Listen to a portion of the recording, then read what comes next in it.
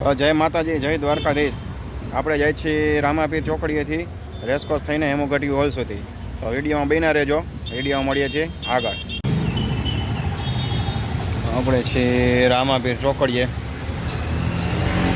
અને અહીંથી જઈએ છીએ રેસકોર્સ થઈને બસ સ્ટેન્ડ બાજુ. રામાપીર ચોકડીવાળો પુલ ઉતરી ગયા.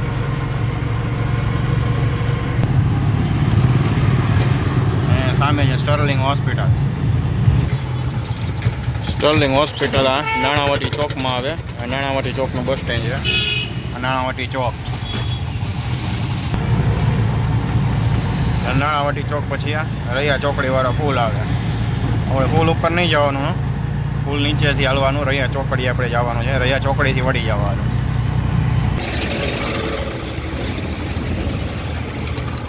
થઈ ગયો રૈયા ચોકડી.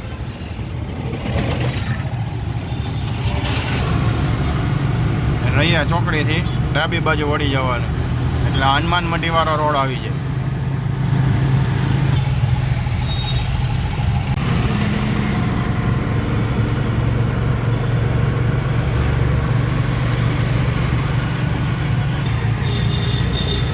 હનુમાન મંડી વટીને આવે આમ્રપાલીનું નાલું રેસકોર્સ પાસે જે અંડરબ્રિજ છે ત્યાં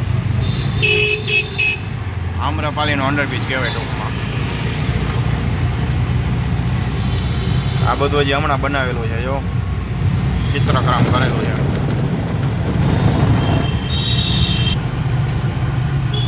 આમ્રપાલી નાલામાંથી નીકળી રેસકોર્સ આવે.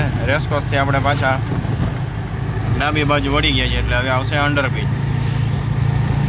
હવે આપણે બીજો કેસ આવી ગયો છે એટલે આપણે જવાનું છે ભક્તિનગર સ્ટેશને.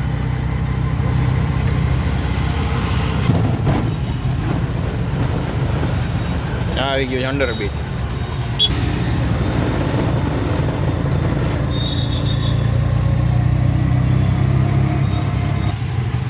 અહીંયા આવી ગયો છે એસ્ટ્રોન ચોક. આ બાજુ પૂજેરા ટેલિકોમ નહીં, બધા મોબાઈલના શોરૂમ આવે. પૂજારાનો એક શોરૂમ અહીં થઈ ગયો છે નવો. હાલો તો જય માતાજી, જય દ્વારકાધીશ. મળીએ છીએ નેક્સ્ટ વિડીયોમાં. આવી ગયો છે હેમોગઢવી હોલ, વિરાણી ચોક.